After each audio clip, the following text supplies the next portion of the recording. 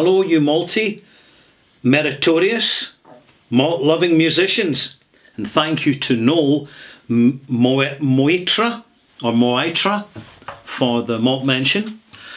I'm Ralphie, here in the Bothy, all about whisky reviews here. And thank you to Noel for that malt mention, which starts each little review session. And this is Ralphie Review 934. So there we are. We've dealt with the formalities now, into the whisky. Now recently, for those who are regular malt mates and following my videos in sequential order, I've just completed a 4-week review of 4 separate reviews on 18-year-old single malt whiskies, because the prices of older whiskies are going up. I rarely buy 20, 21, 25-year-old whiskies now, because my opinion's quite simply that for the money, they're just not worth the experience.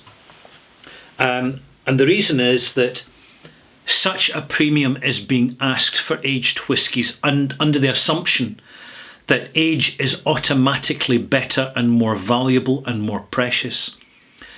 But this isn't the case, that it's really worth looking around for younger, more affordable whiskies, whether at auction, or whether in retailers, or whether in private sales from reliable sellers. Now, please note my emphasis on the word reliable, because there's more and more scammers out there all over the world, because it's becoming part of the globalised pattern, where people are looking to sell whisky privately and they're asking a reasonable price, and it turns out the whisky is faked. Usually the bottle has been consumed, it's refilled, resealed to look reasonably convincing, and then just sold on. There are bad people out there, malt mates, so please don't let your guard down. If in doubt, don't buy. Get yourself a bothy like this, where you've got a drawbridge and a big cold water moat round the outside of your whisky cave, and make sure that you do not get invaded by fake friends and whisky aficionados who are putting on all the airs and graces whilst they exploit you for their own profit. That happens. So let's refocus now on the bottle of whisky I'm reviewing at the moment, and in years to come it will appear at auction, and there may be a few bottles sold privately, and if it's a reliable seller, I reckon it'll be well worth your consideration. This is Timorous Beastie. There's a range of Timorous Beastie bottlings. They're bottled by Douglas Laing, independent whisky bottler. The entire range are blended malts. They're very well blended malts, and they're generally given a form of integrity presentation. At times not the full 46% plus, but certainly over 40%. So to formally introduce this bottle, because the label is quite fussy, you're seeing a wee picture of a mouse, and it's called the Timorous Beastie. Now, this is named after a poem by Scotland's national bard called Rabbie Burns, in which he, to give you a little brief quote from the poem, "Oh, wee sleekit, curin, timorous beastie, oh, what a panics in thy breastie. Had the nedna going away sae hasty wi' bicker and brattle, I would be laith to gang and chase thee wi' murderous prattle." So it's done in a historical lowland dialect, right?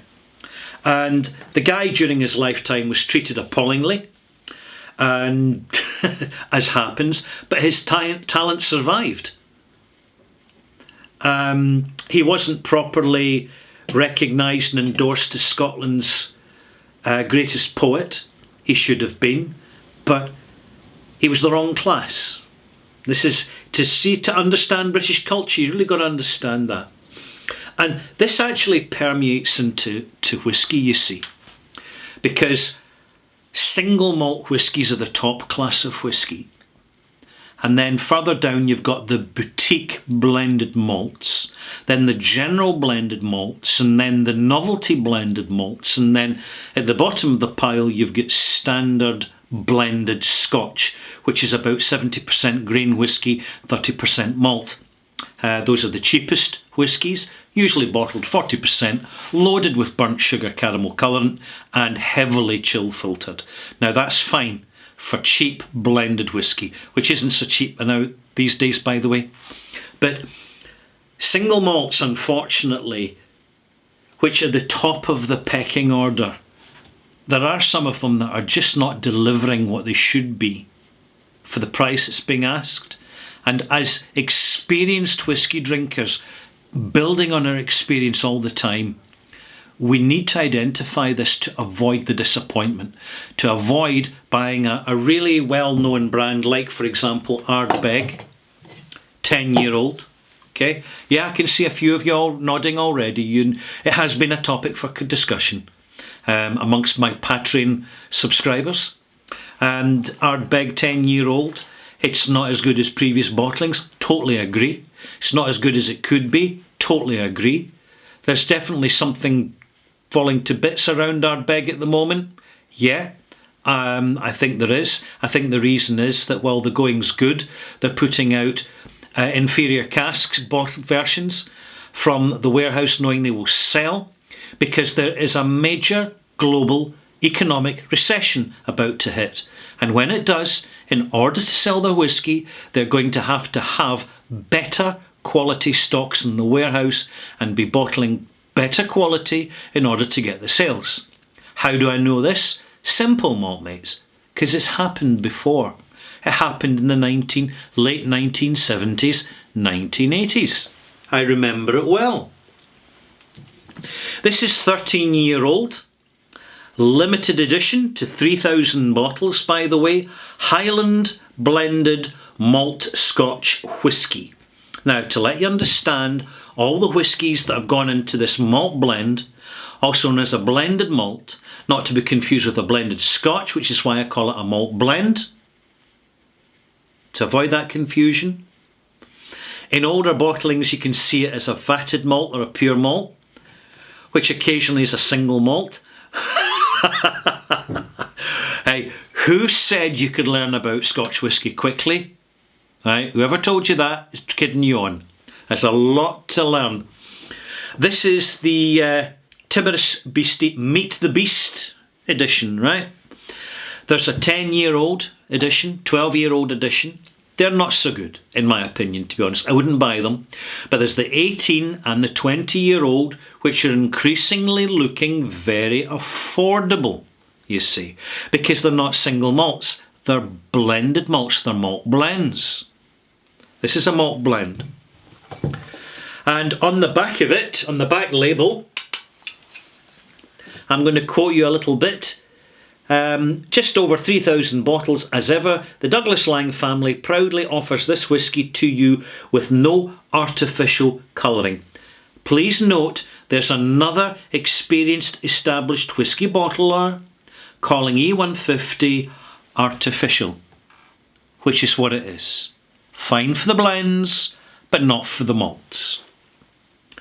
Or chill filtration, just as we believe it should be. And it also adds down at the bottom, please enjoy responsibly, suitable for vegans. Now,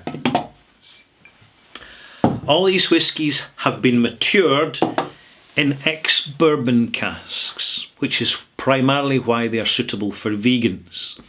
Because in the production of sherry, some animal products can be used. Just so as you're aware of that, all you vegans out there, you strict vegans, if you are vegan, you're better to stick to whisky that's been matured exclusively in ex-American bourbon casks, where no animal additives are used in the production of bourbon. Unless you count yeast, which is a living organism. Right? This is where it gets a little bit fuzzy, but let's continue. There's also an 18-year-old and a 20-year-old. There's been a 25-year-old, and if you can find it, there is even a 40-year-old version of this out there. which is very, very good. It's a 90 plus. But people aren't looking for this because it's not single malt. It's not Springbank, it's not Macallan, it's not Bowmore, it's not Ardbeg, you see. It's lowly, it's down the pecking order, which is why you should be taking a look out for bottlings like this, malt mates, because increasingly it is offering you better value for money if you select the right bottling. How do you do that? You basically open a search engine on your computer, bring up the page and just put in the name of the whisky followed by reviews. That's what you do.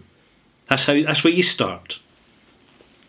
On the nose, because we had to get around to the actual smell and taste of this at some point. Oh, one more thing. I shouldn't have omitted to mention this, but it is bottled at, where does it say? It says it somewhere. You see, with these fancy labels, it doesn't jump out at you. It's bottled at 52.5%. This is a cask strength whisky. 13-year-old, in the UK, roughly £70 a bottle. That, by the way, is pretty good value. Considering in the UK the amount that gets paid in duty, it brings tears to your eyes. It's outrageous. It's in the hefty alcohol taxes. Nose. Unpeated, light, fresh fruit, white fruit. Again, light barley sugar, mild honey. Completely unpeated. Totally unsherried. Completely bourbon, which means barley sugar. It means vanilla. And in this instance, a little dusting of icing sugar powder. Sweet and sour in the nose. Clear, articulate. Because it's an integrity bottling. High strength as well. Whatever's there is being delivered more powerfully because of the bottling strength in terms of the alcohol.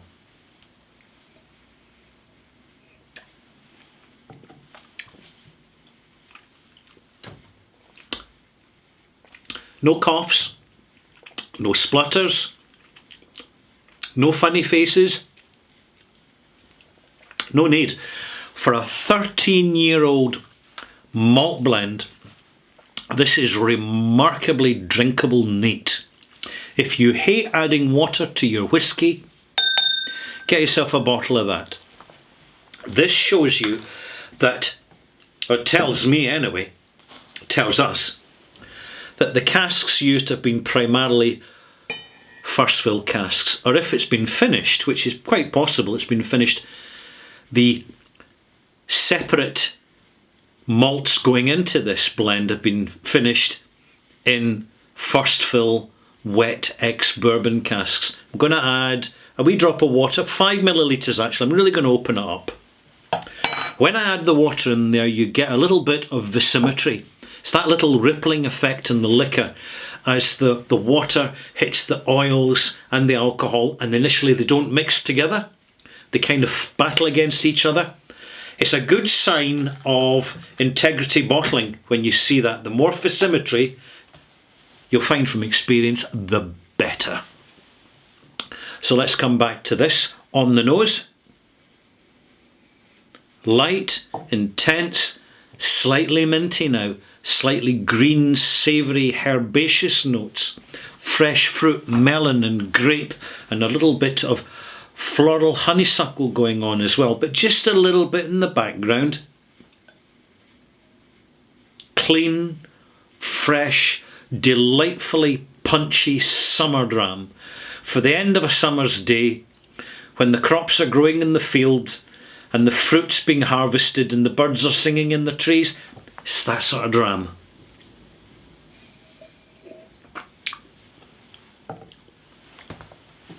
Exquisitely clean in the palate.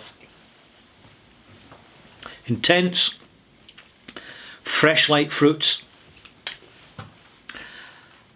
Slightly herbaceous. It's got the touch of Irish whisky character to it that you'll find in the likes of Redbreast and Green Spot or even Blue Spot. Not quite as aromatic, but there is that connectivity going on.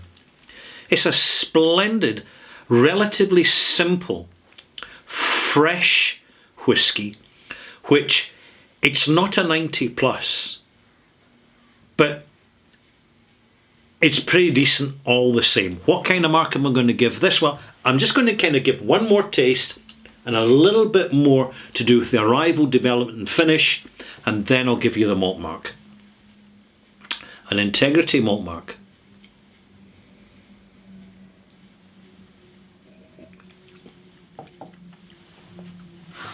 Big citrus, sweet and sour arrival, barley, sugar, honey, herbaceous, some tannins kicking in there in the development, savoury, sage, bay leaf, mint, some slight fennel, hint of licorice right in the background, very tiny drop, buried in with the savoury, herbaceous, herbal notes.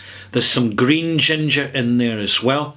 And in the finish, you're getting some light vanilla, a little drop of honey, some super soft, fresh, almost effervescent tannins.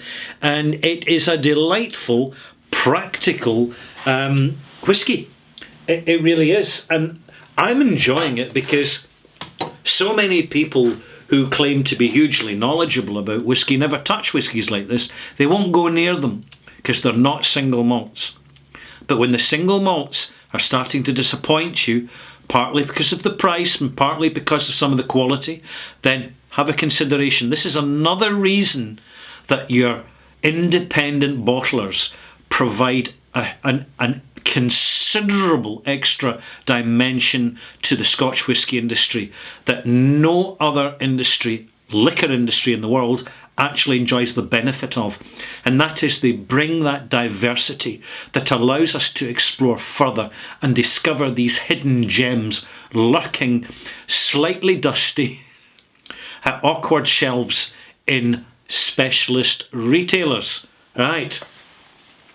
Malt mark, Integrity malt mark. Not a problem. Happy to give this. It's not a hugely complex whisky. It's fresh, it's young, it's vital, it's vibrant. But that's the beauty of it. There's no airs, graces or pretensions. 86 out of 100. It's a Integrity malt mark. And if you pop back for my next review, which is an extras, 934 extras, I will be giving you the final part on a series of identifying quality casks. It hasn't been a sort of spot list type series. I have really just been to weave in a little bit extra information. I've just been kind of freewheeling on it. And I will continue to do that because it's just a great way of communicating the knowledge. Phew, thank you for watching. I hope you're subscribed now and we'll see you soon, malt mates. Bye-bye.